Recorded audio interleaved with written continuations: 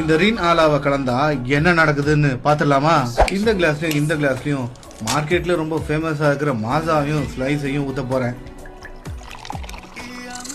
இப்ப இதுல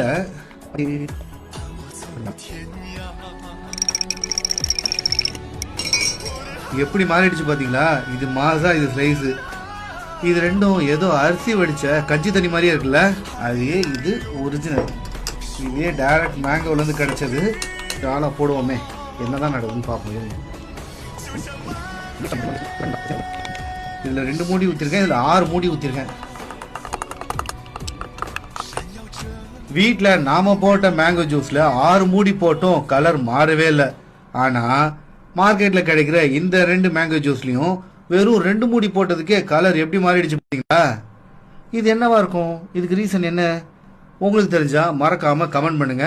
இதை பத்தி டீட்டெயிலா நம்ம